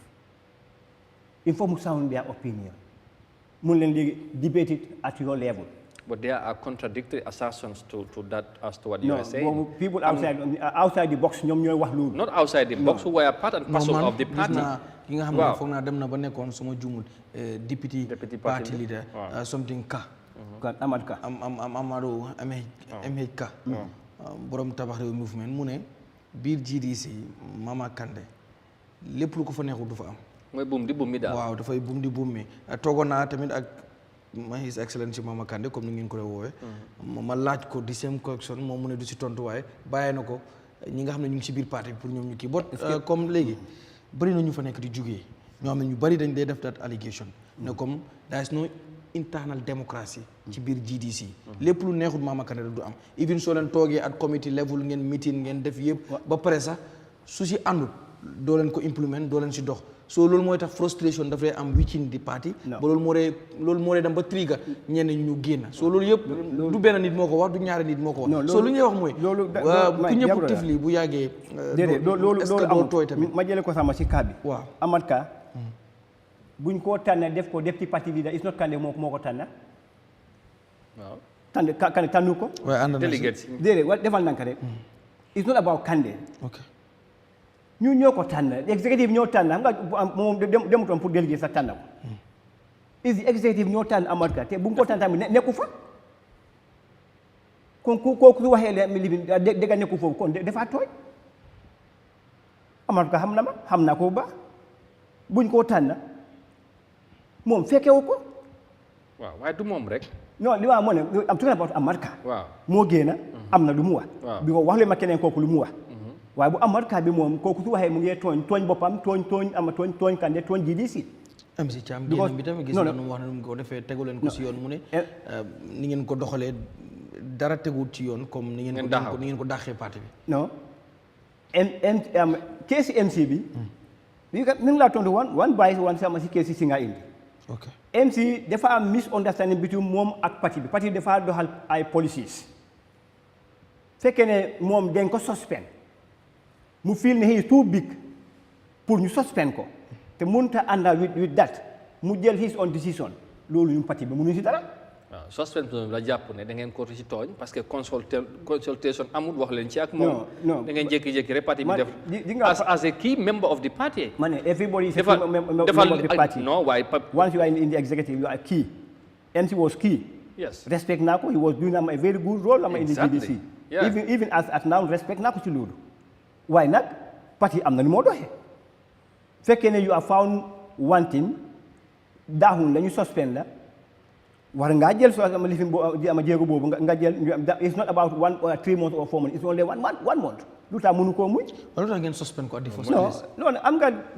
loolu yooyu passé na because non boo lii tamit passé na waaye dañ bëgg mu ñëwaat non am nga loolu those were internal matters and you dealt with it waaye letter suspension bi dealt internally gis nañ ko ñëpp gis ko letter bi dafa génn ñëpp gis ko it was viral it was dealt internally li fa circulate borom moo ko génnee ñun we feel we are matured enough to handle our matters internally ki ko génnee si biti nag amuñ control media bi suspension letter bi da ngeen ko publish man I was among the first who contacted MC for reaction about the suspension bi moo ko gisee but anyway léegi yéen est-ce que foogu leen ne doxalin yu mel noonu ay suspension ak yeneen yi nga xam ñu ngi tuumal ne Kandeh wala parti executive bi wala Kandeh lu mu bugg a moom mooy am si moo tax ngeen ko ne di lose strength mooy doole ba ngeen amoon nit ñi bari tey amoon taxawaay ci parti bi nekkatuñ fa GDC nu mu meloon 2016 17 amun it's not the same GDC nit ñi wax moo nekk léegi. non ma ne gis nga Oumar. Amadou. ñi génn parti bi dañ génn si parti bi seen coobare seen ñoom ñoo xam lu tax ñu génn I don't want to accuse anybody of the reason why you are here. waaye génnin bi moo tax ñuy wax. am na ñuy génn UDP dem MPP am na ñuy bàyyi MPP dem UDP dem. but GDC the amount of strength ñuy gis surtout ñu ne wax ne ñooy di génn GDC dem NPP wala yeneen parti ñu bëri jàpp ne loolu signal la am na lu moo wone. est-ce que yéen da ngeen def follow ma lu jógee am si outside other party ñëw si GDC da ngeen ko def follow. mooy comme fan. ñii ñëw am join si GDC. jógee ban parti foofu any time bu kenn génne rek am na ñeneen ñu ñëw si parti bi. loolu mu lifin leen ko. waaw waaye jógee si yenn parti. yéen ponkal yi ñooy génn di dem. waaye ponkal génn ponkal mooy ñëw. yow ñu executive amul lu manqué. amul lu manqué executive moom membre moo génn am na yeneen executive am lifin yu ñëw kon xam nga ne loolu moom amul ci benn problème. because they have their feeling of ñoom ñoo xam their reason of living and going elsewhere ku fa dem nag ñu la ñaanal jàmm. yeah no but Mr. Balde as much as mun nga ko but politics is about numbers. Yeah, it's about numbers. Why you show them a comparison GDC 2017 wala 2016 27 because so hold on right now foog naa soo leen amee mooy su fekkee ne am ngeen mooy ay councilor ngeen am amatu leen fi benn naam. waaw loolu amul leen mayor amul leen chairman. loolu nag doo ko wéy amoon ngeen ko bi ngeen ñëw 2016. loolu am na parti am problème boobu doo ko wéyee lack of representatives no, you parties are measured on elections yi nga xamantene ci ngeen di bokka. The outcome of the election participation for the whole, you know, your reputations and taxawaay. Si boko xolé area bobu nga juum. Lutax? Waaw. Boko xolé ci area bobu nga juum. Amna parti ya moy jaaron fi sama ci lolu waye bete they are very strong. What my ban party? No, I don't mean to name any party. No, sorry, sorry, Mr. No, but sorry, Mr. Ba. Comme Mr. Balde, sorry. GDC dañ day jël benn excuse mooy si like boo xoolee 2016. Waaw. GDC dafa def history. Definitely. Forced participation ci election nga am nombre bi nga am. Yeah. 2017 nga ñëwaat sa forced participation as a party ci legislative elections. nga am li nga am. waaye since then. waaw dis GDC dafa nekk di drop. noonu nag dañ boo waxee dañuy wax ne am na parti even parti yooyu tamit bu fekkee am na. parti yooyu tamit kon they are not progressing. they are dropping. because of parti lu ñu ko xamee mooy every year war nañoo gis sa magaay in every election war nañoo gis at least nga am dara loo pull out waaye bu fekkee boo demee election li nga amoon daaw dafaa ñu wàññeeku then you are not progressing. yaa ngi follow GDC. bu baax sax. no follow loo GDC. of course but no of course parce que loolu dama ko follow. let me tell you no excuse me sir. yaa ngi capture 1 year 2 years 3 years. ok 2021 number yi ngeen amoon in 2016. dafa wàññeeku. in 2016. yes. waaw dafa wàññeeku in 2021. waaw 2017 li ngeen amoon ci parliamentary election ci 2022 amu leen dara. waaw loolu dëgg la. te before loolu sax am na ñu jugee si seen yéen dem si beneen camp bi. ci council ci local government amoon nañ ci yaman. so si ADS yi nii ban progress ok léegi after 2016 2017 léegi ban progress la GDC made léegi. Presently. Yes. From after like comme nga ne bu ñu mention 2016 2017. Like after 26 okay now let's forget about 2016 and 2017. Like ginnaaw 2016 and 2017 ban progress la GDC made budul coalition bi mu def ak di APRC Jammeh faction lan la GDC made. GDC still ñu ngi maintain seen nit ñi. The only problem was when we went to elections. nga ñàkk sa deputy party leader. ñàkk sa campaign manager. nga ne yaa ngi maintain seen ban deputy party leader la ñàkk. Amadou Emenka. Amadou was to be changed. xam nga yenn problème we are going to Congress. Bëgguma wax yu bari because America we owe them respect. Yeah, but understand, we have to go to Congress. And so? So who feel that you are not coming back as that part living that form you can go out? You can do it. It was about Congress. Waluta? No, we feel that at Congress you can change. Anybody can be changed. Congress changes. But the delegates, you decide, not the executive. But it is the people. Yeah, that's what I'm saying. Yeah, but so are you dictating what people would decide before the elections? But deputy party leader. Normally, both say soon now the key is the mandate of the party leader to choose a deputy, but the rest can be nominated or elected by Congress. Yeah, but coming back to Lugarmewa, Limfitek, because one parties are judged by their participation in elections, the outcomes. Between 2016, Belegi. ABS deputy party leader. How ko ñaata nit ñoko xam ci dëkk bi due respect kan mbu waaw ko africain yu nga ko de Amadou yow yaa man dama laajte rek mbu is from Banjul waaw and so mbu is known he was working with the port authority xam nañu bari te ñu bari xam nañ ko okay waaw and as deputy but right now generally lima la mooy ne deputy bi dem na waaye am ngeen deputy am ngeen deputy waaye ndax deputy yi benn lañ ci taxawaay ci politique ci Gambien si ràññee leen xam leen by the time America was going out of the party he was not more popular than Mbub. America is just coming up now because of ma tabax réew mi bu mu ko sàmbee ci la mu feeñ loolu teg la that was after the GDC it was not before GDC. It's after mu exit jama GDC. So est-ce que foog loolu nag kon dafa gisoon ne bu nekkee ji ñu ngi xëj na yéen ñu ngi koo suul am na potentiel bëgg naa feeñ mun ta dem school la GDC ku fa dem ba jàng nga gis nga ubbeeku nga bëgg nga gis ne mun nga make am headway you can go amuñ ci problème Amat Ba foofu la jànge Enfisam foofu la jànge man Amat Ba Amat Ka foofu la jànge foofu la botam ubbeeku ba mu gis ne yes he can be somebody or yes he can do something.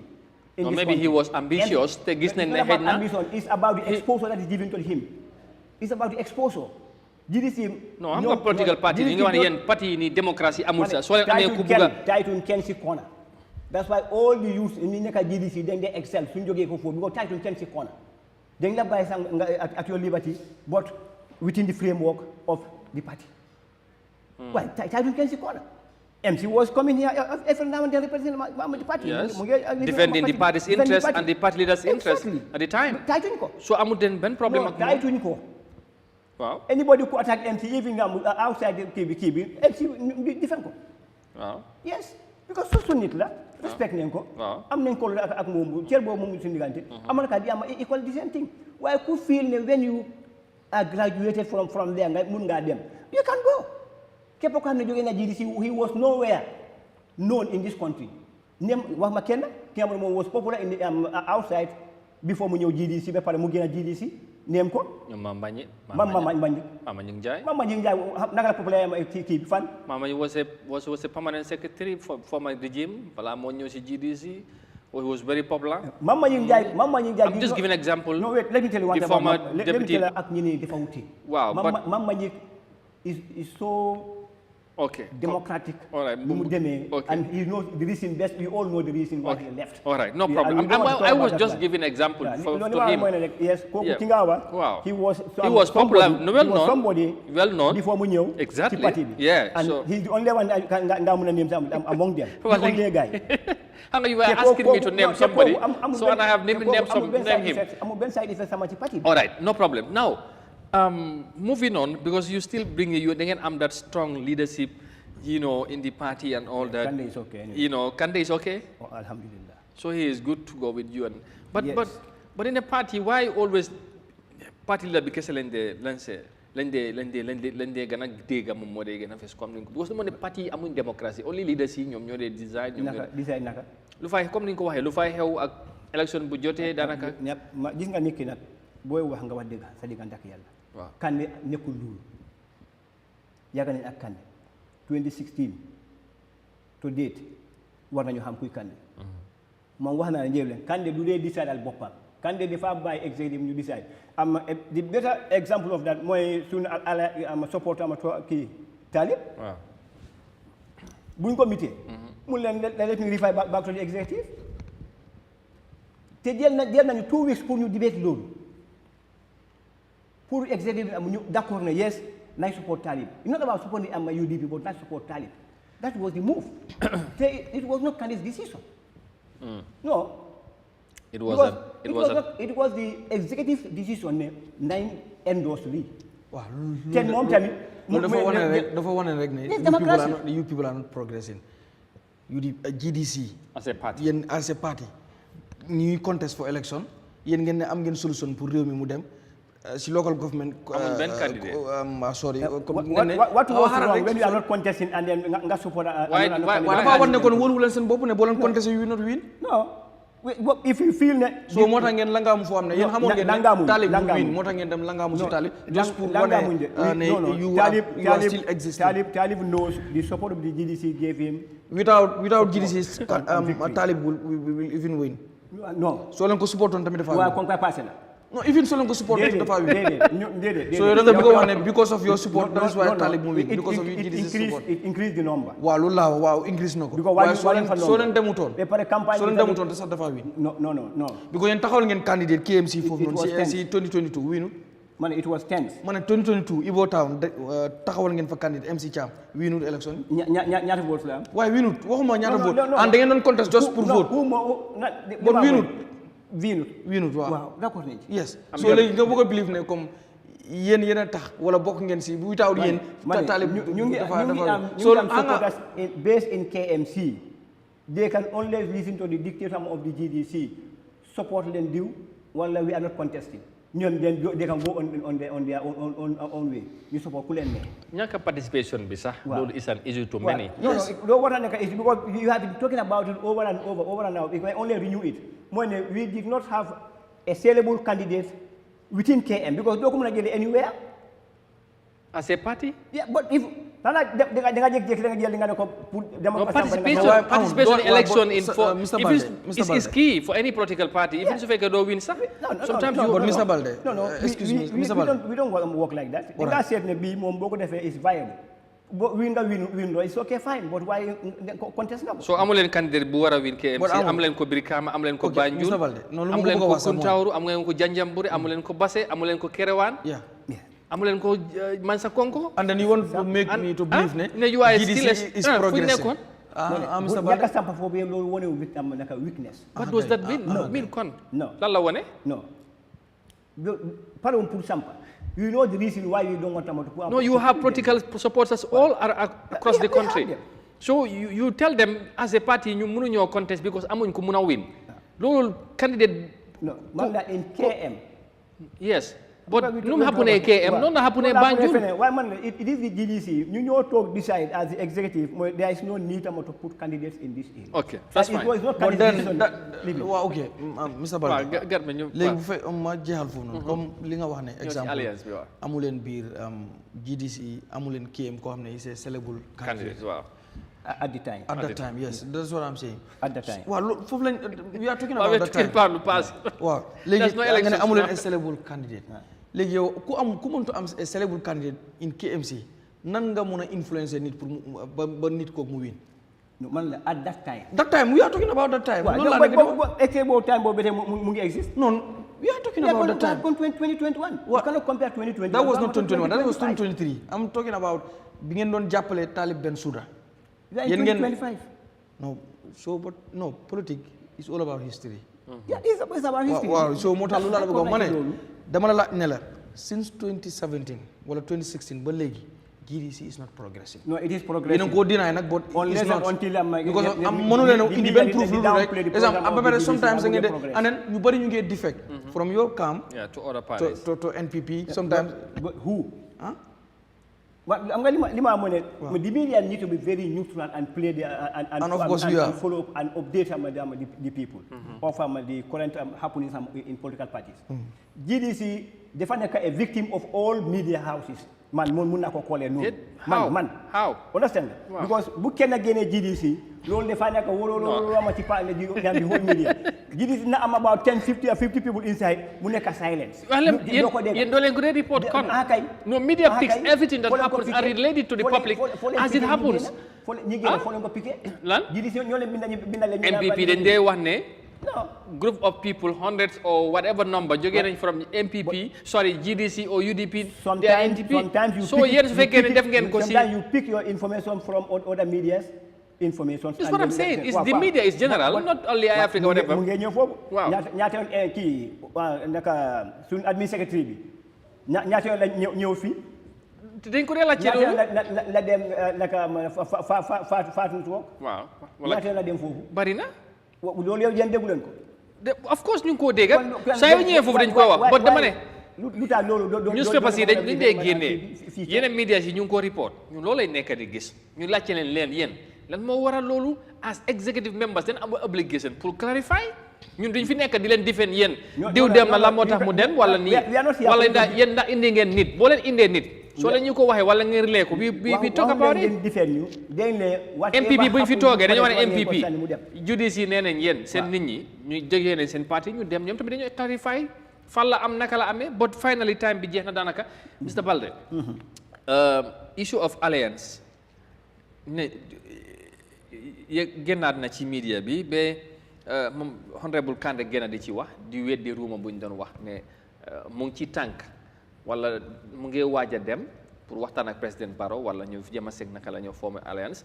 waaye nee na moom waajut pour def loolu nekkul ci lu mu nekk di def waaye nag ñu ngi waxtaan ak ñëpp te moom président Barrow oyagut ko waaye ko bu ko oyee tamit dana ko dem uyu ji waaye waxu ne affaire alliance la whatsoever as a party yéen fan ngeen toll ci yëfi alliance ak ndax at some point there's any possibility pour ngeen mën a align ak NPP donte ne comme nga ne du Kandeh moom mooy decide. non xam nga yow li ngeen koo déggee ñun tamit noonu leen koo déggee di executive. waaw yéen ñi nga déggee nii si media bi ñu ngi ko waxee noonu. noonu la media li fi am audio di ñëw sama si suñ page bi noonu leen koo déggee. ni Kandeh di waxee sax. non Kandeh bu mu wax moom ñu ngi toog. ok. bu mu doon wax. waaw ñu ngi toog. waaw waaye ne ndax NPP ak GDC di am dañoo dem alliance. ñun dañ ko dégg ci media bi loolu ñun toog ñu waxtaanee ko. Kandeh waxuñu ko. lan ngeen foog ne wax lan moo tax nga foog ne nit ñi di xalaatee noonu. ba di ko wax that is people's on thinking. nit ki nag mun loolu am xelaatal am nit ki am moom lu mu xelaatee mun la ko contrôle. non ba du GDC rek moo fi nekk opposition. waxuñ benn parti lan moo tax ñu war a prioritize GDC di beddi di tudda ne GDC Mama Kandeh mu ngi waaj a dem wala mu ngi waxtaan lan moo indi loolu. parti yu fi lifin mooy GDC UDP NPP ñooñu any movement bu am rek any waxtaan bu am rek waa any nit mun naa lifin tey GDC Ousainou su ko owee waaw mu dem foofu lu ñoo xam mooy dafa bëgg alliance ak Ousainou. waaw waaye waxaguñ loolu de. nit ñi. waaw waaye bu demee si NPP lu ñoo xam mooy dafa bëgg alliance NPP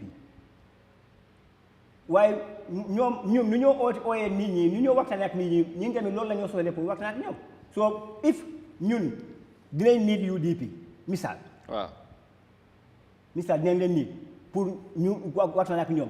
lu tax wari som pour ñu dem uyu leen fekkee ne nit MPP pour ñu ñëw ñu waxtaan ak ñun ñoom suñu ooyee wari som loo ma goy waaw the argument the argument the argument mooy li ma bëgg a mu leer yaa ngi ko wax léegi yéen MPP GDC ak UDP ñoo ci gën a fees ak yooyu ñoom nekk yu mag wat lan moo tax nit ñi di dem di njort di xalaat ne Mama Kandeh as your party leader mu ngi ci ay tànk wala mu ngi ci ay pexe pour wax ak président bi. non xaaral rek man xaw ma ñan ñoo nekk di. no you know them ñan la. no you know the who are talking. who are the people talking. who are they? Who are the people making noise. because ñun waxtaanuñ ko. waa ñan la. waaw no who are talking man yéen mi njëkk mi dem. la moo tax Kandeh tontu indi leeral. am na fu mu ko déggee am na lim dégga. léegi kan moo wax. because it's not from the GDC. This is what I'm saying. People, lan moo tax people xalaatuñ loolu mu ngi xew ci Ousainou Darboe wala UDP waaye ñu njortu ne du Halifa Sallah mu ngi ko nekk di def njortuñ ne xëy na Ibrahima Tabora Mane wala beneen parti pot ñu ne GDC amaana xëy na waaye da thinking dafa est-ce que amul lu ko waral. léegi man mënuma tontu thinking keneen because loolu xelaat keneen la xelaatam moom ma fan la ko jëlee moo xam. It's not about the party. No, but you were obliged to clarify. su fekkee ne mun leen koo tig bon léegi sa parti da mu ngi génn pour leeral. as far as I know. that the GDC did not sit with the Kandeh did not sit with his executive to talk about alliance with NPP. amut benn sitting buñ am Kandeh ak loolu amagut. UDP. amul benn fu ñu toog ak Kandeh mu ne next alliance am with UDP amut. non amagut wama du am de waaye ñaari parti yi amagut. beneen parti. non yeneen parti yi ñu ngi waxtaan that's normal. parti comme ñaan. no there's no need to name any party here we are discussing with all parties because alliance is the opposition ñoom they talk about alliance that's it. waaye these two big parties yi ma name ni there is no sitting buñ toog ak Kandeh mu ne léegi this my idea. waaye ni ko what is your say? But if you are invited by any of the parties da ngeen di dem. pour waxtaan bañ a waxtaan. UDP suñu koolee ne dem ñu toog waxtaan. MPP su koolee ñu dem ñu toog waxtaan. kon yow boo bëgg a waxtaan rek bëgg nga ànd ak moom. non xam nga gis nga problème yi xam nga waxtaan ak ànda there are conditions and conditions bu dee indi alliance. waaw.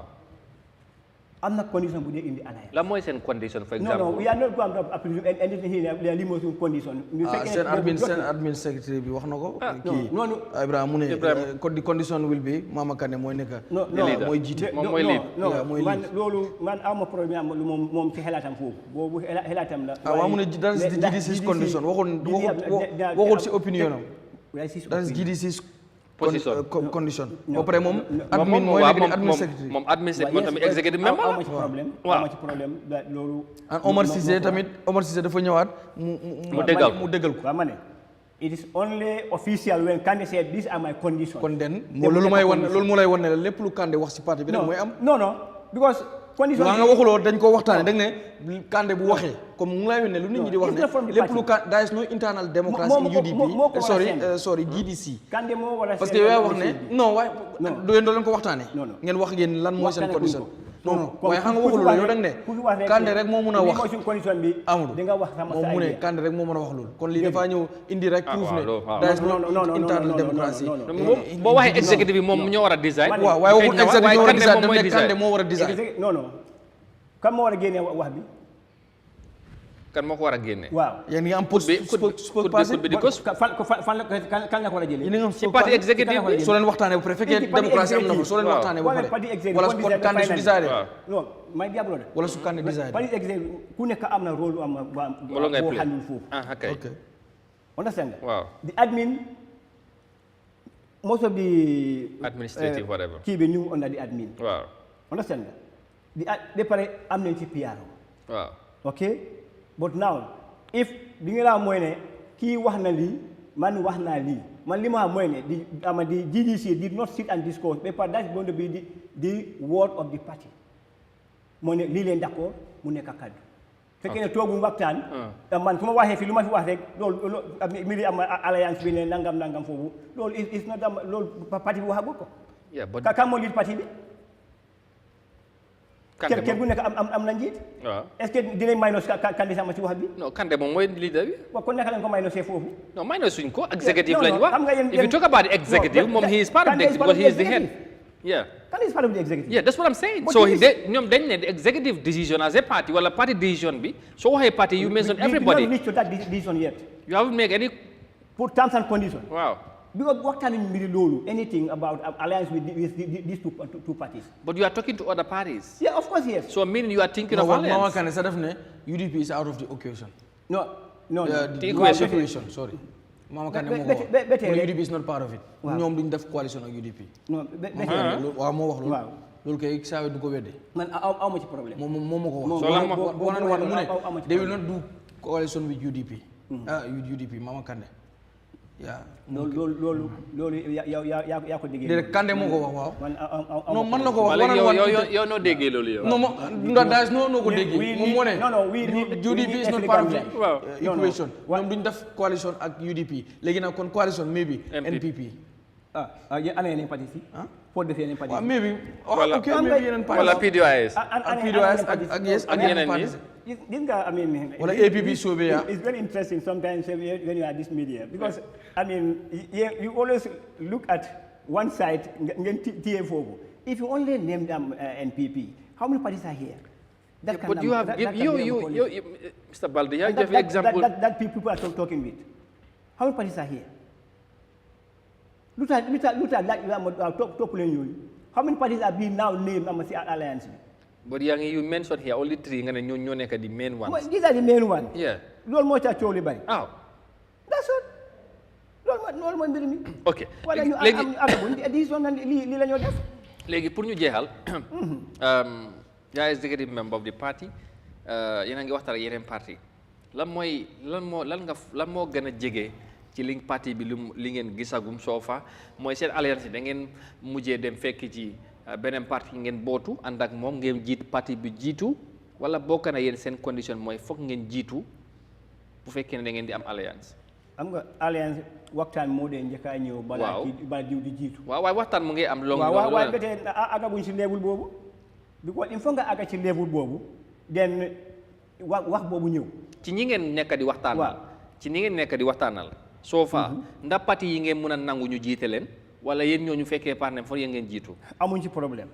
amu leen benn parti jiite leen yéen. non amuñ ci problème beneen parti yi ama jiite ñu oo ñu jiite beneen parti amuñ ci problème because it will come out from waxtaan bu ñu def ak ñoom. ñu amee total living waxtaan bi yëpp am nañ ko léegi. soo mun nañoo xaar waxtaan yi indi ba Kandeh du mun a nekk candidat 2026. well non man wax ma loolu. non may laajte kay. non man wax ma loolu. non bu fekkee non li tax ma wax laajte loolu mooy da ngeen jiite pour ngeen jiite du problème pour keneen jiite leen du problème ma ne bu fekkee loolu du problème. kon waxtaan mun naa indi ba Kandeh bañ a mun a nekk candidat 2026. amuñ ci problème. that is the decision of the outcome of the discussion. So as far as GDC is concerned, candidate bu nekkul candidate 2026 sax is amul problème. We are flexible. Okay, so you can discuss with any party. It depends on what the outcome would be. Okay. Wow. So some of your militants yi yaakaar ne candidate from dana bokk 2026 mun nañoo xaar ne tamit négociation bi mun naa tax candidate du nekk candidate. ñàkk a nekk oo nekk bi yëpp des na si waxtaan bi rek because ñu wax ne we must xam nga boo ne we must kon ñeneen est-ce que ñoom tam duñu wax ne we must so waxtaan bi moo dee indi kan moo war a jiite. Okay. waxtaan bi so yéen pare ngeen pour compromise. I mean it's about Gambia. Gambia is bigger than Gambia. Yes, the Gambia is bigger than Gambia. And it's bigger than Barrow, it's bigger than UDP, it's bigger than anybody, any political party. Yeah. It's about the Gambia. Indeed. So if you are talking about Gambia, if Gambia la ñoo waxtaane kay. ñi génn pour toog waxtaane bi Gambia te ñoom ñoo d'accord pour waxtaane loolu dañu am seen terms and conditions yu ñoo teg suñu pare. Ok. waaw am na solo. Finally lan ngay dénkuwaat waa parti bi lan nga leen di asso ci waajtaay élection yi ak taxawaay parti bi. jërëjëf di sant ak gërëm la sax in the first place. jërëjëf. I mean tur bi. Mohamed yow suma tooma nga. ok ma la sant nga gërëm bu baax baax. I mean si seen foresight vision bi ngeen am. jërëjëf. di encourage si parti militant am of the GDC. mooy woon leen ne I mean fu ñu nekkoon 2016 we are ahead of 2016 I mean in position today. ok waaw ñu ngi dégg nañ maintain seen boppa let's be steady fast et pare ñu continuer. ñu déglu ñu ne bi bari na si ni fi ama ci media bi. waaye nañ déglu ama di executive bi ama lu ñoo wax. waaw ku am lu la jaaxal rek mun ngaa consult di executive balaa ngaa dem ama si media bi di wax leneen. ok waaw. jërëjëf. ñun tamit kontaan nañ dalal la fii ci programme for the first time may am nañ yaakaar ne du nekkat bu mujj. da nga ñëwaat ci kër gi ñu waxtaanaat ci politique bi taxawaay parti bi ndax ñu ngi waajal 2026 xam naa nu ñu ci jegeensee events yi gën a bari lu ñu war a waxtaane waaye tamit seen gis-gis ci réew mi tamit dafay baax ñuy déggee ci yéen askan bi déggee surtout seen militant xam yéen tamit lan mooy taxawaay bi ñu kontaan nañ bu baax pour dalal la fi ñu ngi lay gërëm bu baax di la sant incha allah beneen yoon ñu amaat mbégte tamit dina la dalal incha allah ci jotaay bi jërëjëf ñu ngi laa gërëm bu baax Garme ñu yëkkati jotaay bi xam naa ne ba suba incha allah. waaw incha allah waaw maama di ko gërëm moom Mr Balde. lii rek la ñoo expect tamit si ñoom bu ñu leen woowee ñu ñëw wuy si media bi ñu waxtaan. waxtaan la ñu because media pour man nekkul media nekkalul fi kenn ku xam tamit Eyeafrica TV nu muy opéré ñëpp la fi nekkal so kuñ jox plateforme rek boo ñëwee dinañ la laaj ñu la war a laaj sometimes nag nit ñi fail to understand but that is fine ñun lu ñu war a def rek dinañ ko def insha allah fexe ba hold nit ñi accountable moo xam si government bi moo xam si opposition bi opposition bi man dama leen nu ñu leen consider mooy they are government in waiting te lu mu yàgg-yàgg opposition mooy ñëw nekk président loolu moom ak kan lay doon loolu mooy mën a nekk loolu moom parce que kenn du fi nekk forever so kon ku fi nekk ñu fi nekkoon tey démb opposition bi lay nekkoon very good so noonu la woon rek di la gërëm bu baax jërëjëf ñëpp jërëjëf thank you very much di la jaajëfal baax Mohamed Garme di gërëmaat Mr Balde Modou Balde nekk executive member GDC te moom lañ fi dalaloon war a waxtaan ci politique bi xam naa ne lii yëpp soo gisee mu demee nii ñu leen di pousse pour ñu gën a génnee lu nekk ci ñoom ñu Gambien si déggal leen bu baax xam lan lañ amal réew mi ak bu ñu leen dénkee naka la ñoo doxalee parce que tamit léegi nga nekk ci biti di wax di diggee ba balaa ñu laa jox buñ la joxee Gambien si léegi ñu gis leneen moo tax balaa ngay jot ci affaire yi ñuy waxtaan ak yow xam lan mooy sa gisin ci réew mi moo tax ñu leen di indi fii di leen laajte yeneen laajte buñ ko xamee sax du pour ñun pour askan bi moo tax wax ngeen bàyyi loolu tamit xel dafay doon lu am solo ñu ngi leen di gërëm baax di leen sant ci ànd bi ngeen di ànd ak ñun ci jotaay bi incha allah suba ñu dellusiwaat bu ci yàlla àndee ci édition bu mujj ci week bi incha allah ci kanam tuuti yeneen programme tamit dina wéy ci kër gi di leen gërëm di leen sant di leen wax jërë ngeen jëfati ñu ànd ak jàmm bye bye ba suba ak jàmm